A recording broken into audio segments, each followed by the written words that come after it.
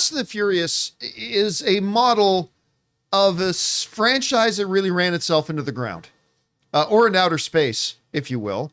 I am notoriously didn't love the first 3 Fast and the Furious movies. I mean, I'm on record. I thought the first Fast and Furious was a blatant plot point by plot point ripoff of Point Break. I didn't like 2. I didn't like 3. But all of a sudden around number 4, I'm like, this wasn't bad.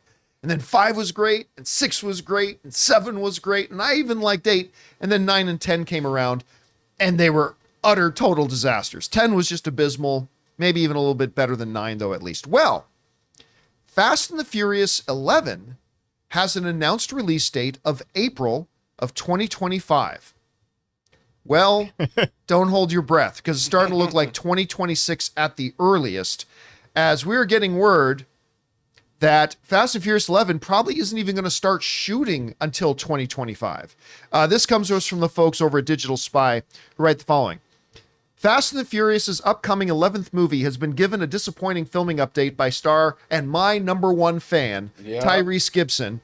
The film, which acts as a second part to last year's Fast X, is slated to be released in April 2025, though Gibson has admitted that filming is not likely to begin until early 2025, meaning the movie almost definitely will be pushed back. I'm hearing that we're going to get it going right in 2025, right at the top of the year, Gibson added. I think right now the pressure is to elevate the movie and take the film to some other level. Other than space? As you've seen, Gal Gadot and The Rock are back, which is exciting.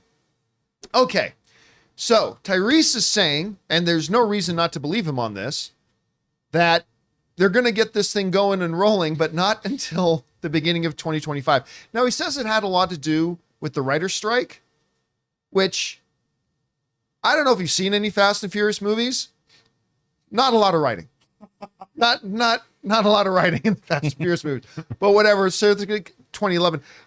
Listen, I'm not saying I don't believe that the reason they're delaying this so long, it's probably going to be at least a year delay, is because of the writing. I'm not saying I don't outright believe that, but I think you'd have to be a little bit naive to not acknowledge that probably another reason for this huge delay we're about to get was the reception of Fast 10, was the fact that we've heard a lot of reports saying that the studio's gone to Vin Diesel and the producers and saying, you got to cut back the budget massively on this thing, and probably trying to retool the direction they want to go. Jeff, one of the things that they said in this, and we've heard this too, is that they want to take this back to the street a little bit more, like get it back to the heart of what Fast and the Furious, right? You know, because you hear a lot of people saying, remember when Fast and Furious used to be about car racing? So they're saying a lot of that might fit in with the budgetary stuff. What have you heard about this? Does this move, like probably at least until 2026, surprise you? And where do they go from here? Yeah, honestly, I'm like confused about this whole thing. And I feel like I have my finger on the pulse of this franchise. What I was under the impression was that Universal's focus was going to be on the so-called Bridge movie that was going to bring back Dwayne Johnson as Luke Hobbs. And that's supposed to bridge Fast X and Fast 11. So it's like, I'm surprised that we haven't heard more about that project.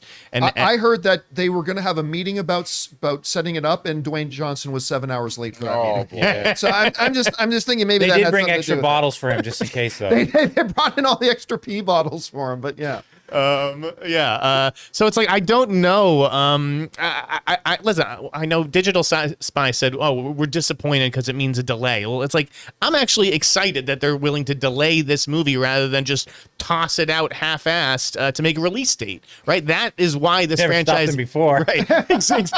Exactly. But that's why this franchise is where it is. So it's like, let's take the time and actually write a good Fast movie that does harken back to its roots and thus would bring down the budget, because these budgets have ballooned to like $300 million, and it's impossible for these sequels to turn a profit for Universal.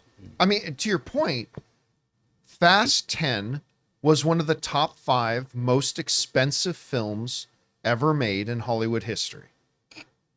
Like, for Fast 10, That's utterly ridiculous. Well, they went to space. You think space is cheap? You think space is, or was that 9? I can't even That was remember 9, now. I think. That Was was that 9? Okay, so they came back from space. Yeah, Yes, the coming back from re-entry space was is very not cheap. expensive. Yes, it's expensive to come Yeah. back from space. But I don't know. Here's hoping, fingers crossed. Yeah, like 700 million worldwide is not enough. Like if you're making a movie at that price, you're thinking that it's going to break $1 billion. Look, and if you're making a movie from what they said, I mean, with marketing and everything, came north of $400 million Right. to make this thing. Yep. Like, if you're making a movie that's $700 million at the box office isn't a good result, then you got to re-examine how you're making these movies. Right. And it's not like they're trimming back on cast. Like they still want, Tyrese back and they still want Ludacris and all these people. So it's like, well, if you're not going to cut back on this giant ensemble, then you have to cut back on what you're having the ensemble do and where you're having them go. And that's my impression, is that instead of being this globe-trotting adventure with like a dozen different major city locations, it'll be set in like 1 or 2 places, basically. Dom's garage. It's going to be a sitcom? So, Garage. a one-set garage, 2 hours of conversation.